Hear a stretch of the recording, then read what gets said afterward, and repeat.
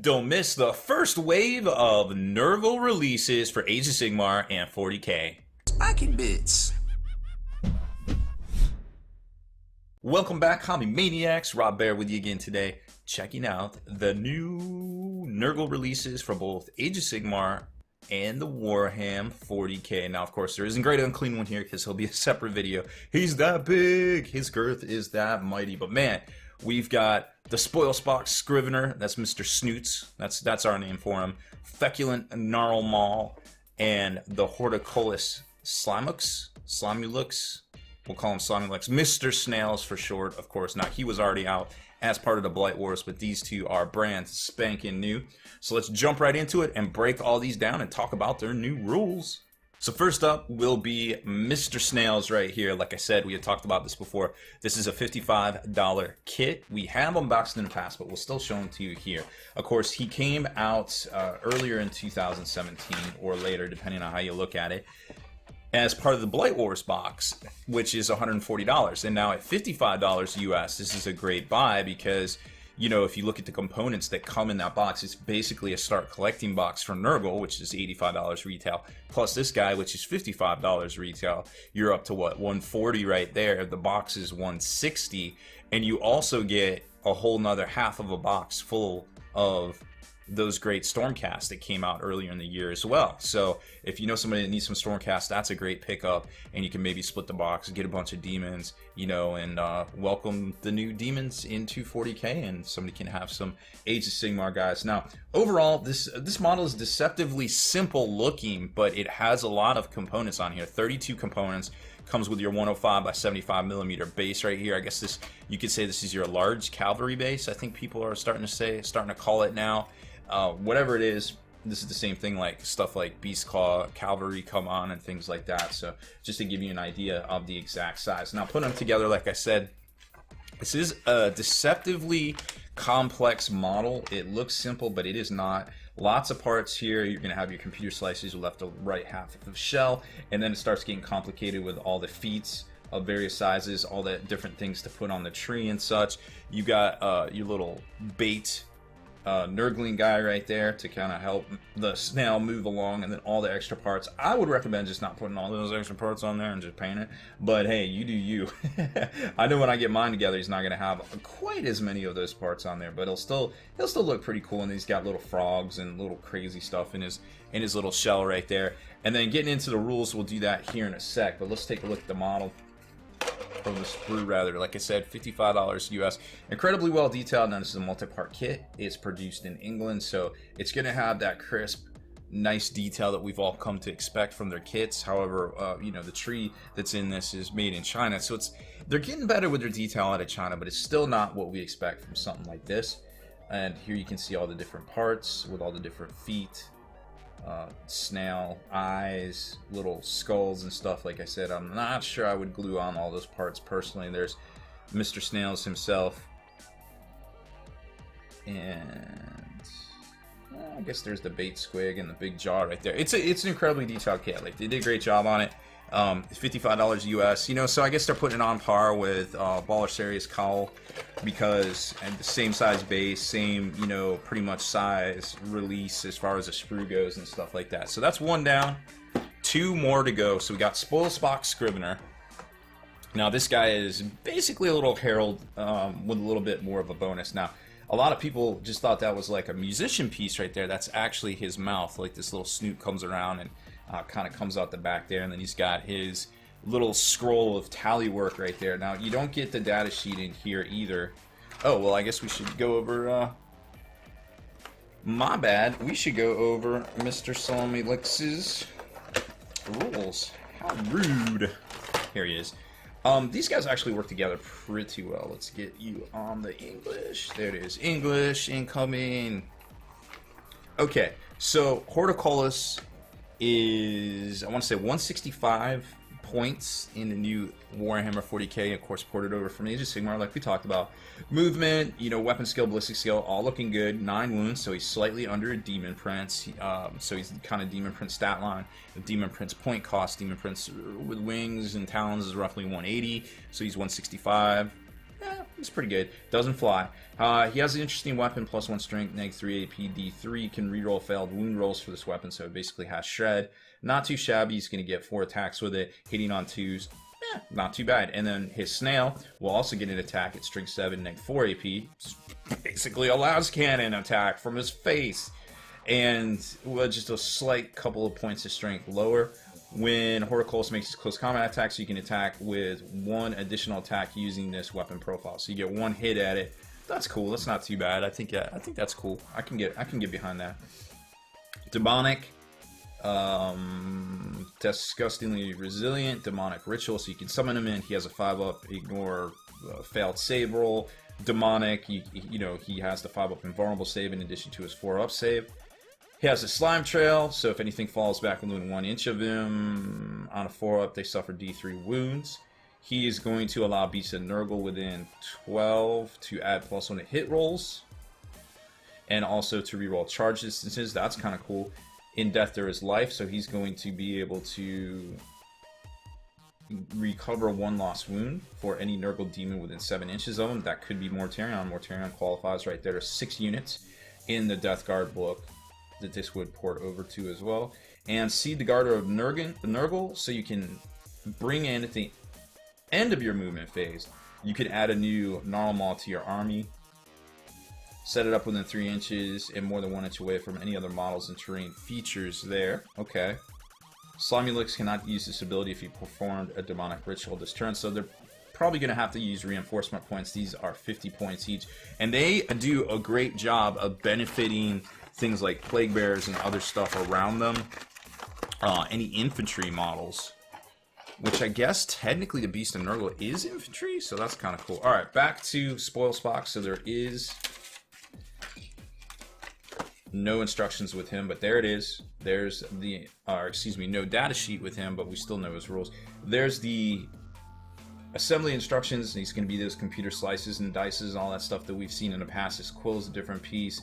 The bottom foot kind of base thing with the little trail and the little Nurgling that's actually munching on the tabard or the tally is going to be a separate piece. It looks like the front of his face is a separate piece here.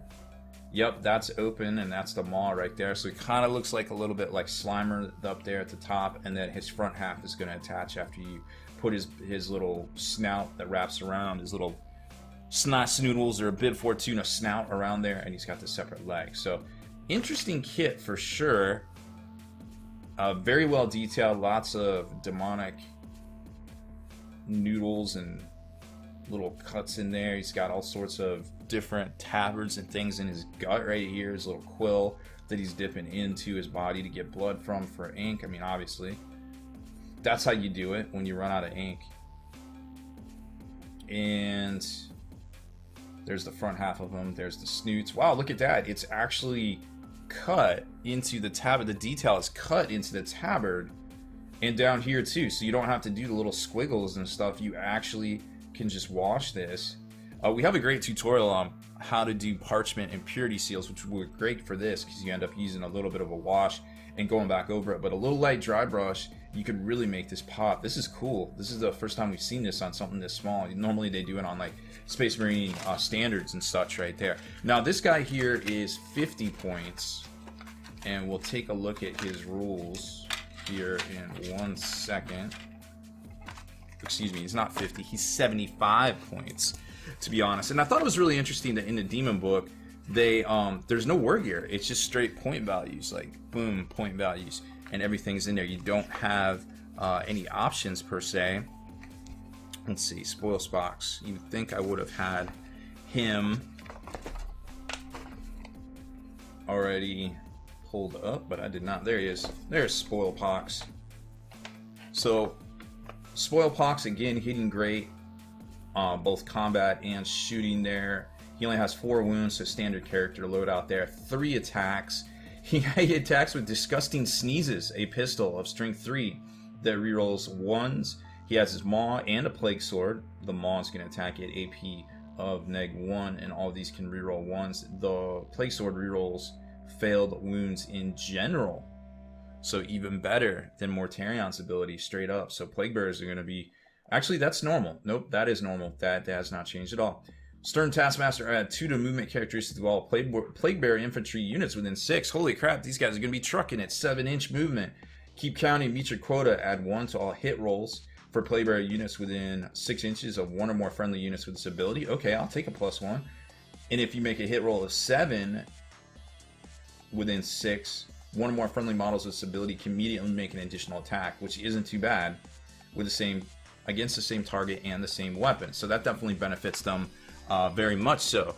Don't get it twisted though, a block of 30 Plague Bearers will actually do some work on their own, but that's just a great bonus right there. Feculent Gnarlmaw. You used to have to take, I believe it was Lord Scabathrax from Forge World you used to have to take to get a +1 attack. Oh no, excuse me, that was +1 to the Disgustingly Resilient roll, which you can still do. He's just super expensive to take now with the latest chapter approved update here. So the Gnarlmaw is made in China. This is a... Oh, how much is this kit? I actually do not know how much this particular kit is right here. I believe it is $30 US, and the Spoilpox was $25 US, the standard Herald price. Now this is a 2-sprue kit, and like I said, they're improving the quality coming out of China, because I mean, look, you can see here all of this crazy detail work in here, but it's still, I mean, you got maggots down in here that are very well detailed, all these poxes and pustules that have already popped and things, but there's still a lot of flat area that isn't thinned out, so they kind of turned down, you know, the detail knob on some areas and turned it up on other areas. You got a lot of flat surfaces around here on the arms and the bells and things. It's just not like the same exact quality, but it is definitely head and shoulders above what we saw with those first round of bases from Games Workshop. So here's the 2 sprues that come in here, and it's, you know, it's all left-right computer slices, like the trees go together around this little hollow space right here, and then you put the Nurgle symbol on the front, and then it's got all the different branches and stuff with the 2 parts of the plague bells right here. They go together and then they kind of hang on there, and then it kind of goes forward from there, but we'll get the exact instructions right here. So overall, for $30, I personally don't feel like that's a bad value for the quality. I mean, we all know this stuff costs a lot less than what they're charging, but it feels good to feel good about actually buying it. You know what I mean? Whereas if you get something and it just feels a little like it falls flat, it's a little bit of a feel badsy, and I don't want that. I don't think anybody here wants that, right? All right, so here's how it goes together. So the maw goes onto the base, and then the 2 halves of the tree go on there, forming the little jaw section, right, like you can see right there. And then all the extra pieces there, and all the foundations to the actual Nurgle symbol go into place, and all the tentacles and things, and there they are. They lock onto there, and then the arms come, in some cases, 2 parts here to form the joint that lock into those sockets. And away you go, hanging all your bells, and ring, ring, ring. No data sheet on this, but we do have it in here. Don't worry, fam. You can field them in squads of 1 to 3. It's the very last entry in the book. So squads of 1 to 3 for these, for 50 points each. Granted, if you don't just take it as it is terrain or fortification, so if you don't take it as that, you're probably going to have to pay reinforcements to summon it in based off of, you know, Mr. Snails over there. So here's its ability. Okay, unit contains 1 Gnarlmaw, consists of 1 Gnarlmaw, power rating 2, 2 or 4. Each one must be set up within 6 inches of each other. So it has the following abilities, and it is Nurgle keyword, Demon, and Chaos as well. It's treated as a terrain feature, cannot move or for any reason. Is not treated as friendly or enemy model, cannot be targeted or affected by attacks or abilities. Shroud of Flies. All Nurgle demon units, so this is the extending it, except for vehicles and monsters, are completely within 7 inches of any Feculent Gnarlmaw, receive the benefit of cover, but you add 2 to their saving throws instead of 1. Holy cow. So if you can fit all your models within 7 inches of this, because it has to be entirely units that are completely within, receive the benefit of cover to +2. Wow, that is incredible. For things like Plague Bears and stuff, but again, it's hard to. I could see where it would be hard to fit that many. Okay, so let's check it out here.